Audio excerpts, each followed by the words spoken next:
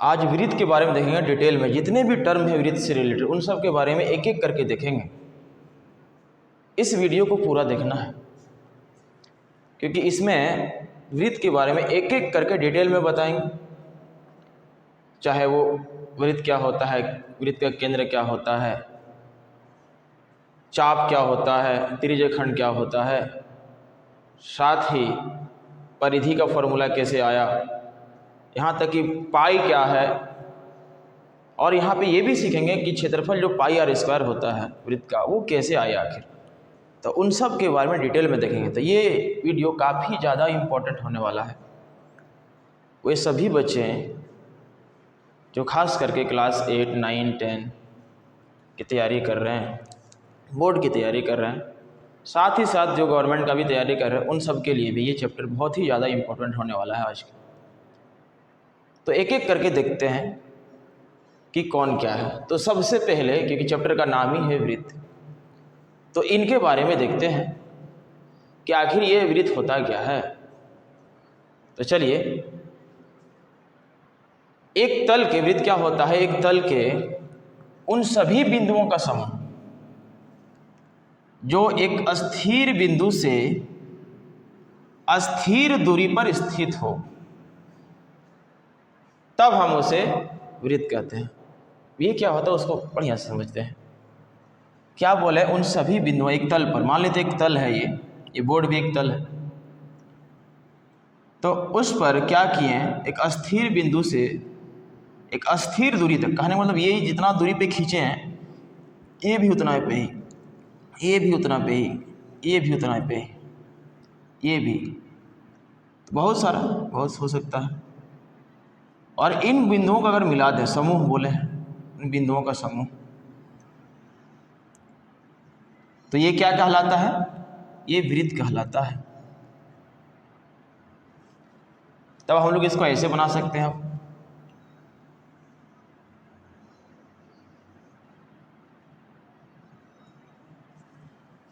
ये अस्थिर बिंदु है, अस्थिर बिंदु से ये अस्थिर दूरी है,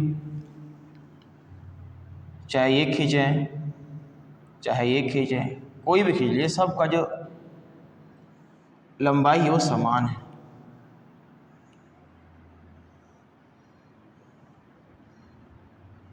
यही बिंदुओं का समूह। अच्छा, ये जो अस्थिर बिंदु है, इस अस्थिर बिंदु को, अस्थिर बिंदु को वृत्त का केंद्र कहते हैं, वृत्त का केंद्र कहते हैं।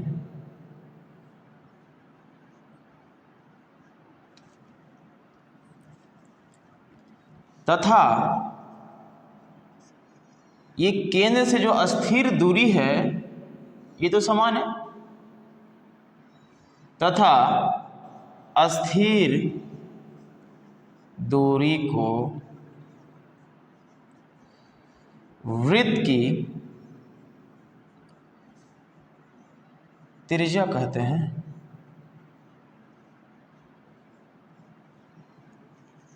वृत्त की त्रिज्या कहते हैं। तो यहाँ से हम लोगों ने देख लिया कि वृत्त क्या होता है। एक तल पर कोई भी एक प्लेन हो, उस पर सभी बिंदुओं का समूह जो एक अस्थिर बिंदु से अस्थिर दूरी पर स्थित हो। जैसे ये अस्थिर बिंदु था, यहीं से जो अस्थिर दूरी खींच दी है, उन सब बिंदु से जो बन रहा है वही वृत्त कहला रहा है। अच्छा, ये जो अस्थिर बिंदु था इसी को बोलते हैं वृत्त का केंद्र बोलते हैं। और ये जो अस्थिर दूरी है ये वृत्त की त्रिज्या कहलाती है। जैसे ये भी है त्रिज्या, आर मतलब रेडियस होता है त्रिज्या, ये भी है त्रिज्या, ये भी है, ये भी है, ये सारे क्या है, त्रिज्या है।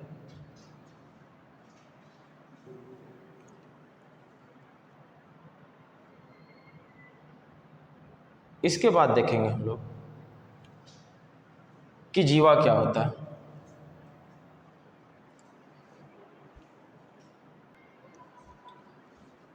तो जीवा जो होता है उसके बारे में देख लेते हैं। यदि वृत्त पर दो बिंदु ले लें, मान लेते हैं ये P और Q है, इससे बनने वाली जो रेखाखंड है मान लीजिए PQ, यही कहलाता है जीवा। ये हो गया जीवा, कोड बोलते हैं इसे।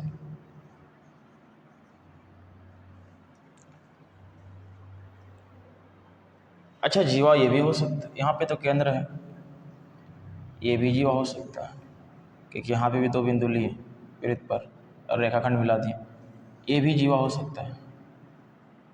ये भी है, ये भी है, केंद्र से ही पास किया, मान लेते इसको ए भी है, ये भी है। तो बहुत सारी जीवाएं बना सकते हैं हम लोग। अच्छा, इन सभी जीवाओं में सबसे बड़ी जीवा कौन सा है? तो मालूम ये चलता है कि जो केंद्र से पास किया है, जो जीवा केंद्र से पास किया वही सबसे बड़ी जीवा है। तो वृत्त की सबसे बड़ी जीवा, वृत्त की सबसे बड़ी जीवा वृत्त का व्यास, डायमीटर कहलाता है। वृत्त का क्या कहलाता है?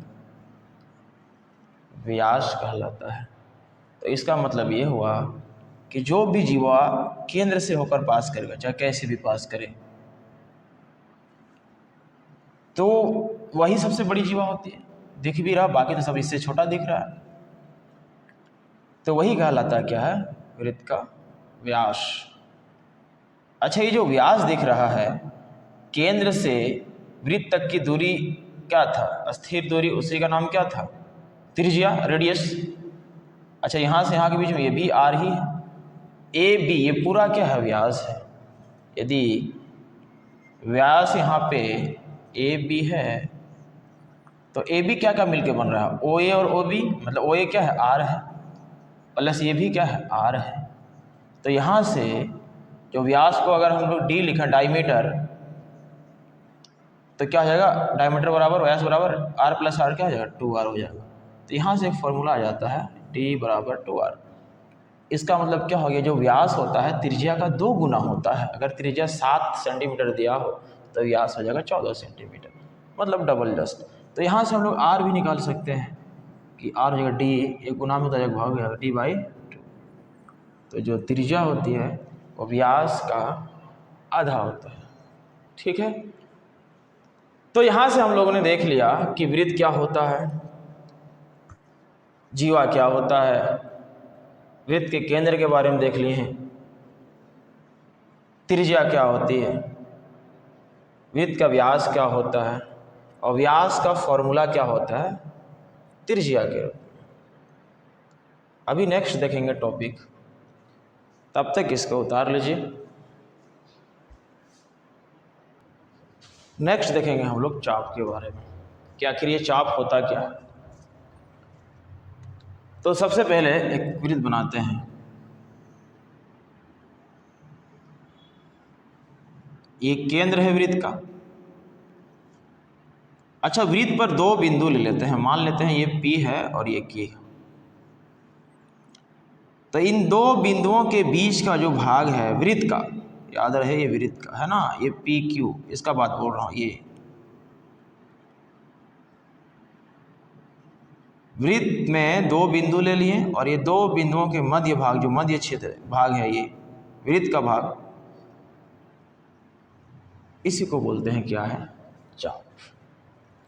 अच्छा, चाप ये भी है, इधर से भी दिख रहा होगा, वो भी दो चाप है, ये भी वृत्त पे ही है, दो बिंदु, उधर से भी वो चाप हो गया और इधर से भी हो गया। ये चाप जो दिख रहा है यहाँ से यहाँ भी छोटा दिख रहा है, ठीक है, और ऊपर क्या दिख रहा है? बड़ा चाप दिख रहा है, लेकिन है तो ही दोनों चाप ही। अच्छा, जब दोनों को अलग अलग करके बनाएंगे तो कुछ इस प्रकार हो जाएगा।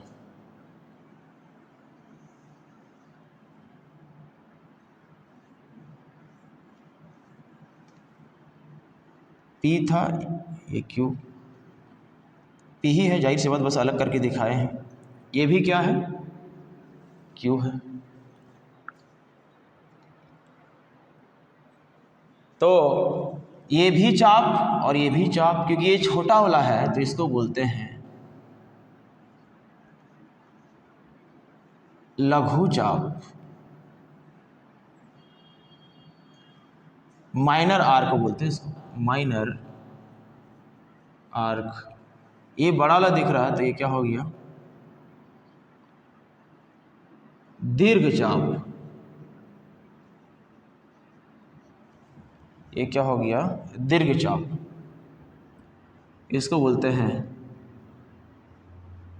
मेजर आर्क, मेजर आर्क हो गया। ठीक है, तो हम लोगों ने देख लिया चाप के बारे में। चाप क्या है, वृत्त के दो बिंदुओं के बीच का जो भाग है, मध्य भाग, यही क्या कहलाता है, वृत्त का चाप कहलाता है, आर्क कहलाता है। इसके बाद हम लोग देखेंगे यहीं से कि वृत्तखंड क्या होता है। वृत्तखंड क्या होता है,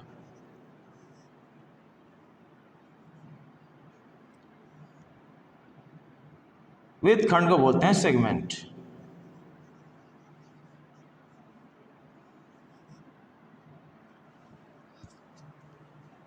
इसके बारे में समझते हैं डायग्राम के थ्रू। एक वृत्त है ये,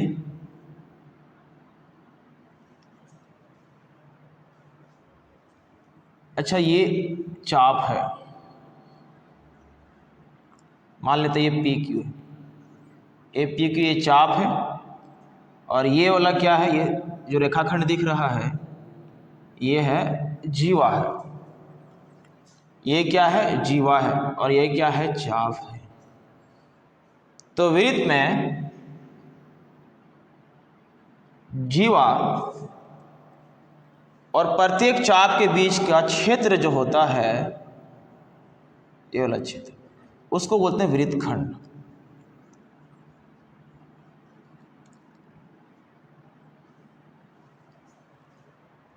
अच्छा उधर भी क्या है, ये भी तो चाप है, दीर्घ चाप, और ये है जीवा, इसके बीच का क्षेत्र होगा ऊपर, वो भी क्या होगा, वो भी तो वृत्तखंड होगा।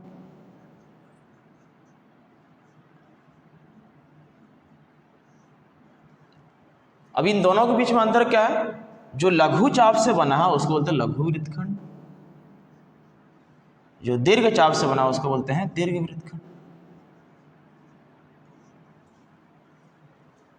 तो यहां से हम लोग देख लिए कि वृत्तखंड क्या होता है, जीवा तथा प्रत्येक चाप के बीच का जो क्षेत्र है बीच में, उसी को बोलते हैं वृत्तखंड। नीचे ये छोटा पार्ट दिख रहा है उसको लघु वृत्तखंड, ऊपर ये बड़ा हो गया, ये हो गया दीर्घ वृत्तखंड, बड़ा चाप से बन रहा है। यहीं पे हम लोग देखेंगे त्रिज्यखंड क्या होता है। त्रिज्यखंड, इसको सेक्टर बोलते हैं, सेक्टर बोलते हैं।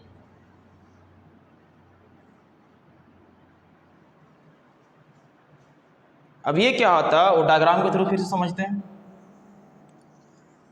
मान लेते हैं ये वृत्त है, ये केंद्र है वृत्त का,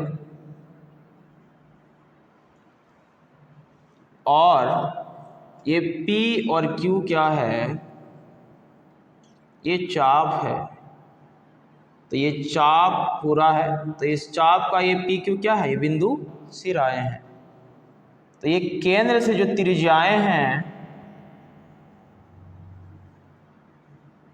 यदि चाप के सिराओं में मिला दिया जाए तो ये जो चाप है और त्रिज्याओं के जो मध्य वाला भाग है,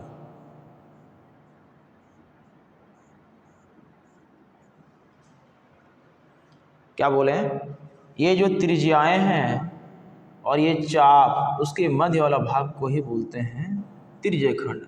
नाम ही है त्रिज्य खंड, तो त्रिज्या से खंड कर दिए वृत्त को, त्रिज्य खंड। अब देखिए ये छोटा वाला चाप से बना है ये, तो क्या हो गया लघु त्रिज्य खंड।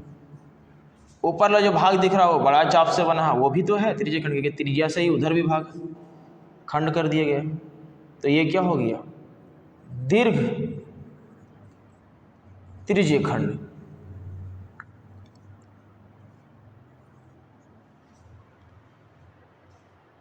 तो देखिए हम लोगों ने देख लिया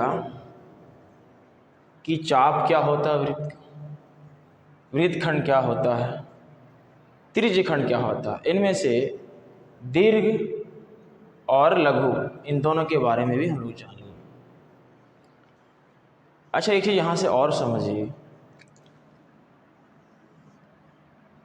मान लेते हैं ये पी क्यू क्या है, सिरा है किसका, चाप का।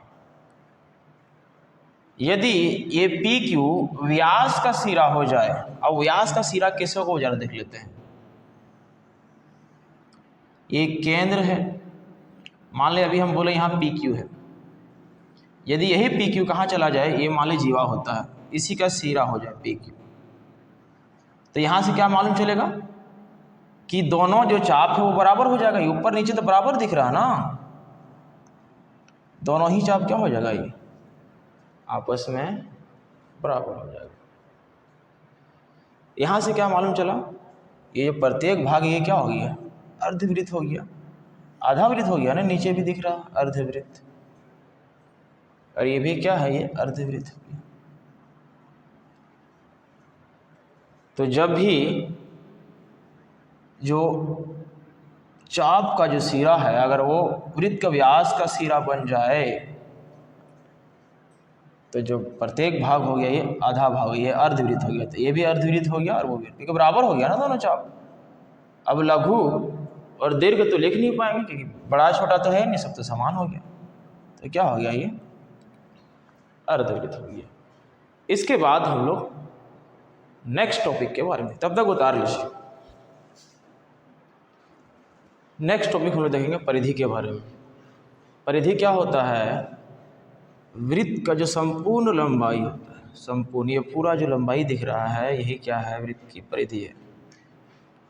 वृत्त की परिधि को सी से दिखाते हैं, सरकमफ्रेंस होता है इसलिए सी से दिखाते हैं।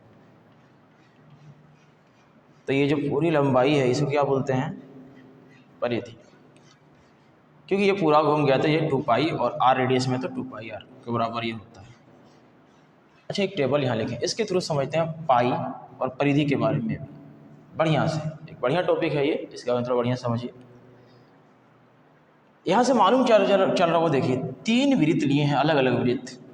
पहला का जो त्रिज्या है 3.5 सेंटीमीटर है। अच्छा व्यास क्या होता है, त्रिज्या का डबल होता है, इसमें कोई शक नहीं है।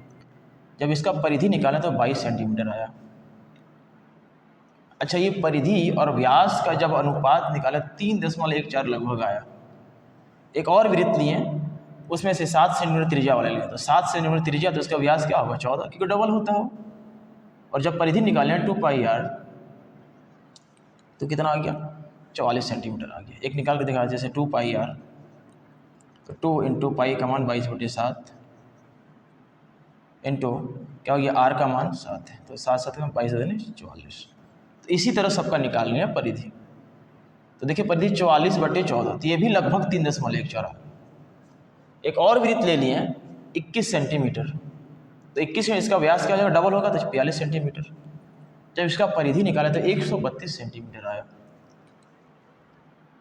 132 में वही 2 पाई आर निकाला। तो जब परिधि और व्यास का अनुपात, जैसे 132 इसका और व्यास इसका अनुपात निकाला तो ये भी लगभग आ गया 3.14। यहाँ से एक चीज़ समझ में आ रहा है कि जो परिधि होती है, परिधि होता है वो व्यास का लगभग 3 गुना दिख रहा है। देखिए 7 × 21 लगभग 3 गुना, 14 × 42 लगभग 3 गुना, ये भी 42 दिया। तो यहाँ से एक चीज़ मालूम चलता है कि जो वृत्त की परिधि होता है उसके व्यास का लगभग 3 गुना होता है। पहला चीज़ ये समझ में आया।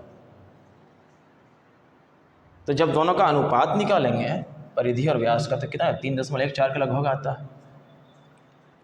मतलब देखिए हर जगह समान आ रहा है, आप कुछ भी ले लीजिए, हम 21 सेंटीमीटर ले, आप कुछ भी ले लीजिए, तो जब दोनों का अनुपात निकालेंगे परिधि और व्यास का, तो एक कांस्टेंट वैल्यू आता है, स्थिर वैल्यू आता है, अस्थिर मान आता है, जो कि क्या है 3.14। ये जो अस्थिर मान है, अस्थिर वैल्यू है, उसी को पाई से निर्देशित करते हैं, पाई से निर्देशित करते हैं।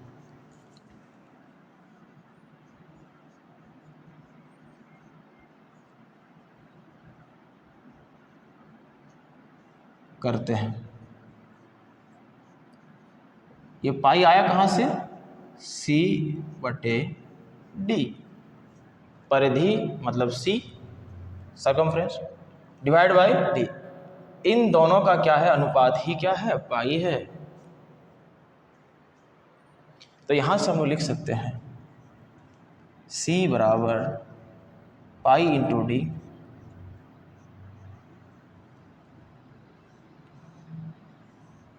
अच्छा C बराबर पाई इंटू D क्या होता है? 2r का होता है, व्यास है तो त्रिज्या क्या होता है? 2 गुना होता है। तो यहाँ से लिख सकते हैं C बराबर 2πr। तो यहाँ से देखिए हम लोग परिधि का भी फॉर्मूला मालूम चल गया। तो यहाँ से हम लोग को मालूम चल गया कि आखिर ये पाई होता कितना, उसका मान कितना होता। पाई क्या है? जस्ट एक कांस्टेंट। आप कितना भी परिधि, आप वृत्त ले लीजिए, अलग अलग वृत्त ले लीजिए, आप कोई भी रेडियस का ले लीजिए, जाहिर सी बात है व्यास इसका 2 गुना ही होता है, और परिधि जो होगा वो व्यास का लगभग 3 गुना ही होगा। कुछ भी ले लीजिए, तो जब दोनों का अनुपात निकालेंगे तो वही आएगा 3.14 के आसपास आ जाएगा लगभग। लगभग है या एग्जैक्ट नहीं याद रखिएगा मुझे, 3.14 क्या है लगभग में। तो ये कांस्टेंट आ रहा है ना, हर जगह तो सेम ही आ रहा है, एक अस्थिर मान आ रहा है इन दोनों का अनुपात, और इस अस्थिर मान को ही पाई से दिखा रहे हैं, पाई से निर्देशित कर रहे हैं। और ये पाई आखिर आया कहाँ से? देखिए ना, परिधि और व्यास का अनुपात, परिधि है ना और ये व्यास से नीचे वाला, तो इसीलिए परिधि और व्यास का अनुपात है। तो पाई क्या है बताइए? परिधि तथा व्यास का अनुपात ही क्या कहलाता है? पाई कहलाता है। इसका मान लगभग होता है 3.14 या फिर 22/7 से दिखाते हैं। तो यहाँ से हम लोग लिख लिए C बराबर D को उधर ले गए तो पाई D, ये भी फॉर्मूला लिख सकते हैं। अच्छा D बराबर होता है 2r, तो C बराबर क्या हो गया? 2π। तो इसका मतलब C क्या है? तो परिधि है, तो परिधि बराबर क्या हो गया? 2πr। तो वृत्त की परिधि जो होता है वो 2πr के बराबर होता है। तो हम लोगों ने देखिए कितने आसानी के साथ, एकदम बेसिक के साथ परिधि और पाई के बारे में जान लिया। मेरे ख्याल से आप लोगों को काफ़ी अच्छा लगता होगा अगर आप लोग समझ के पढ़ रहे हैं तो। इसके बाद आप लोग को डाउट ये नहीं होने वाला है कि आखिर पाई आया कहाँ से, उसका मान 3.14 या 22/7 आया कैसे। तो उसके बारे में हम लोगों ने देख लिया। उसके बाद नेक्स्ट देखते हैं, वृत्त का क्षेत्रफल। वृत्त का क्षेत्रफल क्या होता है? पाई r स्क्वायर होता है। अच्छा ये पाई स्क्वायर आया कैसे, वही तो देखना है आज। क्योंकि हम लोग क्या होता है कि सिर्फ फॉर्मूला में मालूम कर लेते कि पाई r स्क्वायर होता है, लेकिन अभी तक ये पता करने की कोशिश नहीं है कि आखिर ये पाई r स्क्वायर आया कहाँ से आखिर। तो उसी के बारे में जानेंगे कि आखिर आया कैसे से, पाई r स्क्वायर कैसे आया, कहाँ से आया। तो चलिए देखते हैं। उसके लिए 2 तरीका है। तो पहला तरीका बता रहा हूँ। एक तो क्या होता है कि वृत्त को त्रिज्यीय खंड में डिवाइड कर देते हैं, काट देते हैं, बहुत सारा त्रिज्यीय खंड, क्योंकि बहुत सारा त्रिज्यीय खंड में उसको काट सकते हैं। कैसे? इस प्रकार से।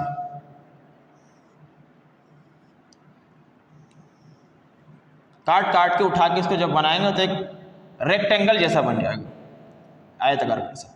वहां से हम लोग निकाल लेते हैं वृत्त का क्षेत्रफल, क्योंकि दोनों का जो क्षेत्रफल होता है बराबर है, इसी से बनाए थे वो रेक्टेंगल। पर हम लोग यहाँ पे क्या देखेंगे? दूसरा तरीका देखेंगे। मान लेते ये वृत्त ही है, उसका एक केंद्र है ये। अच्छा ये वृत्त के अंदर हम लोग बहुत सारा वृत्त बना सकते हैं, बना सही सकते हैं, जाहिर सी बात है।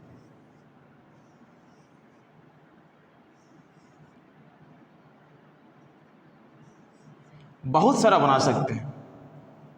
अच्छा ये क्या है, आर है, त्रिज्या है, एक केंद्र है, जितना भी चाहे बना सकते हैं, लेकिन यहाँ पे थोड़ा सा दिखेगा नहीं साफ साफ, इस वजह से क्या किए, थोड़ा समझाने के लिए इसे बना दिए। अच्छा जब इसको क्या करेंगे, ये बीच बीच से इसको काटेंगे, पूरी तरीके से अगर खोल दिया जाए सभी वृत्त को, अगर काट दिए यहाँ से मान लीजिए, तो ये भी पूरी तरीके से खुल जाएगा, ये अंदर वाला भी खुलते जाएगा, सब खुलते जाएगा। तो जब सब खुलते जाएगा तो देखिए जो बाहर वाला वृत्त है वही सबसे बड़ा वृत्त है, तो जब खोलेंगे तो एक लाइन बन जाएगा ना। तो एक लाइन को ऐसे खींच दिए, मान लेते हैं सबसे बड़ा वाला है ये, एक लाइन खींचिए, उसके अंदर ला थोड़ा छोटा होगा, उसके अंदर ला थोड़ा और छोटा होगा, मतलब ऐसे करके बनते जाएगा, थोड़ा छोटा थोड़ा छोटा। एक टाइम ऐसा आएगा जब केंद्र रहेगा तो बिंदु बन जाएगा। तो जब इसको मिलाएंगे तो कुछ इस प्रकार बन जाएगा, देख सकते हैं एक ट्रायंगल बन गया, ट्रायंगल बन गया, देखिएगा तो एक ट्रायंगल बन गया।